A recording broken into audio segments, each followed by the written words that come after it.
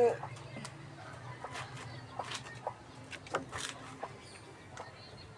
Papahangin mo ng akin. Ang inyong ulang-ulang ng kaponsensyon po at sobrang panasay. Pagkatapos ng ulan, sobrang init naman. Lakas ng kaponsensyon po. Kaya siguro nga ito hindi nagpapahangin dito sa balkon. Ako nagpakain ng aking mga aso at saka ng aking mga pusa. Kaya nasaruhan naman ang mga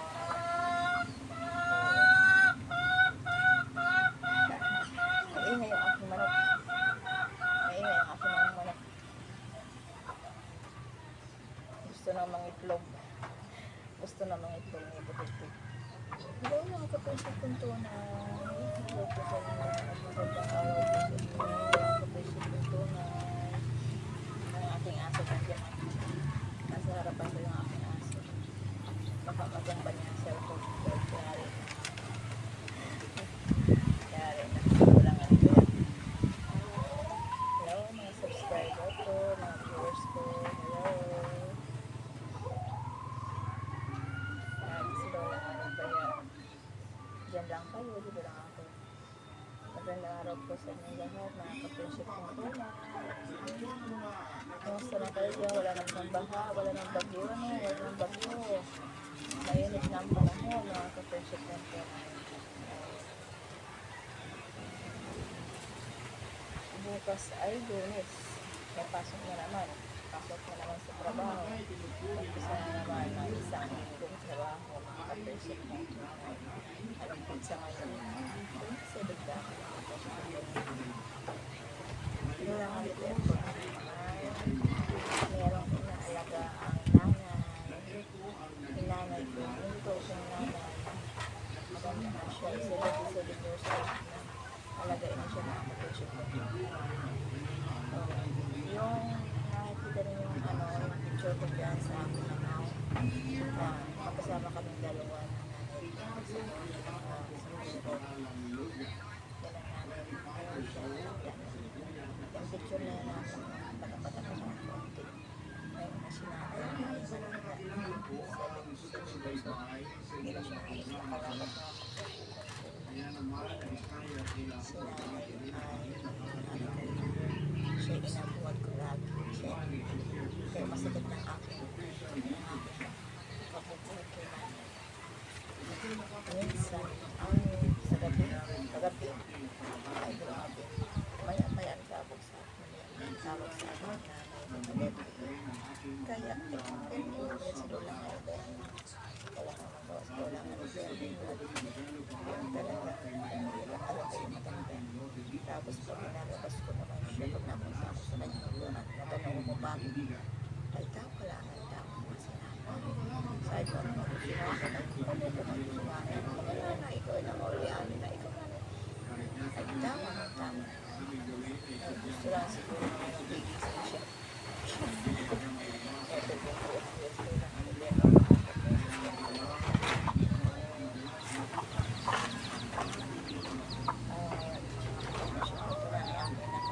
Napagkabalangin ng sinanay.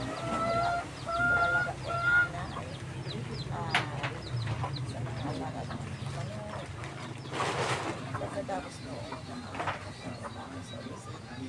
ako makakasip ko ang aking trabaho sa opisina. Tapos, bago ko makapasok sa opisina, sa trabaho ko, mag-abit na kasi umaga ng pagluto. Papakainin ng aking nanay. Pagkatapos na maaga pa, maglutuin ko natin si nanay para nagpapalik sa trabaho. Mas kasi na ako yung kapapasyon ko. Tapos, kami sa nalilate na ako sa trabaho. Pamanang si nanay na iba. Kalit ng pangailangan, kalit ng pagkakataon. Hindi maiwasan si nanay.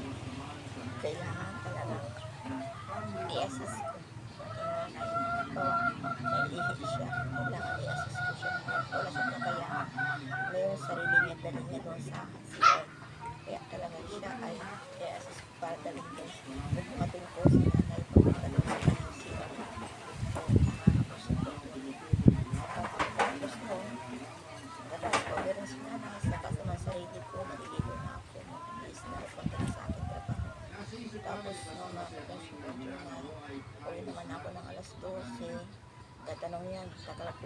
hindi daw ako agad umuwi. Tapos nung, yun na, napaliwanag ko sa kanya na may trabaho. Tapos papakainin ko naman siya ng tanghali. Pagkatapos ko pakainin ng tanghali, yun, kain ko na po. Pagkatapos kumain, dali-dali na ako nung pasok na naman sa opisina kasi bawal mali. Kasi may memorandum ay memo kami pag makamali. Pag na-late kami, mga paliwanag. Tapos na nakapasok ako na pagkapagaling ko sa trabaho sa hapon, alas dito paglabas, dito na ako sa bahay, alaga na naman kay nanay. Wala na naman, luto, pagkaluto ko, kainin ko si nanay, pagkapagkain ko kay nanay. Yun, nilinisan ko na si nanay, bihisan, tapos massage ko siya, massage ko si nanay para magmamahan siya sa kanyang pagtulog. Tapos pagtulog namin, bago tumulog, papaihiin ko muna si nanay. Tapos pasok na ako sa kwarto ko, nakikita na ako. Yung mapikit pa lang ang aking mata. Tapos tawag mo naman si nanay, tawag na nanay. Meron ka na siya, kahit pinaihin ko na siya, limot siya, nakapaihin ko siya. Tapos yung pahigayin ko na siya, papatulog ko na siya. Pagkaras mga kapasok ko na bakit na siya papatulog. Gusto pa lang ako yung parang antok-antok na. Tawag mo naman si nanay, kaya magkapasok ko yung tayo. Ako ay bagay ko yan. Anak ko din po kasama ko yan. Karilinig ko na siya. Aking anak sa pag-alipot na lang ko. Puyat na po na gusto ko matulog. Anak ko naman ang nagising. Nabakot pa ko tayo na. Napapusok ko. Kaya, lagang sobrang sakripisyon namin sa amin.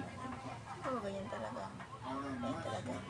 Nabuhay tayo, gawa lang natin mga magulang. Kaya, pagtanda nila kanyang tumanda, tayo naman ang mag-aalaga sa ating mga magulang. Wala may mga sa atin mga anak. Pag-alaga sa ating mga magulang, makakapasok ko. Mahirap na asa sa ibang tao. Siyempre, yung isip na, kaya pagalaga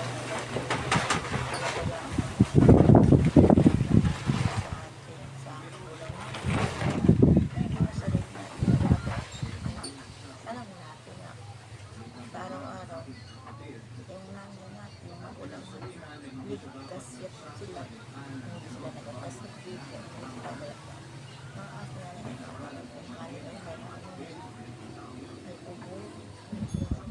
Yung natawag na naman napatitira naman siya. Napatitira para natin. Ay, nalang mga kapresident ko na tinat ko kayo sa makanik na hindi na mo doon naraw at mga kapresident ko na. Tinat ko kapresident ko na. At ito lang po ako, mga kapresident ko na. Ito magkasalamat sa doon lang ang baya sa lahat mga subscriber na viewers ko. Maraming salamat po sa inyo. Kailangan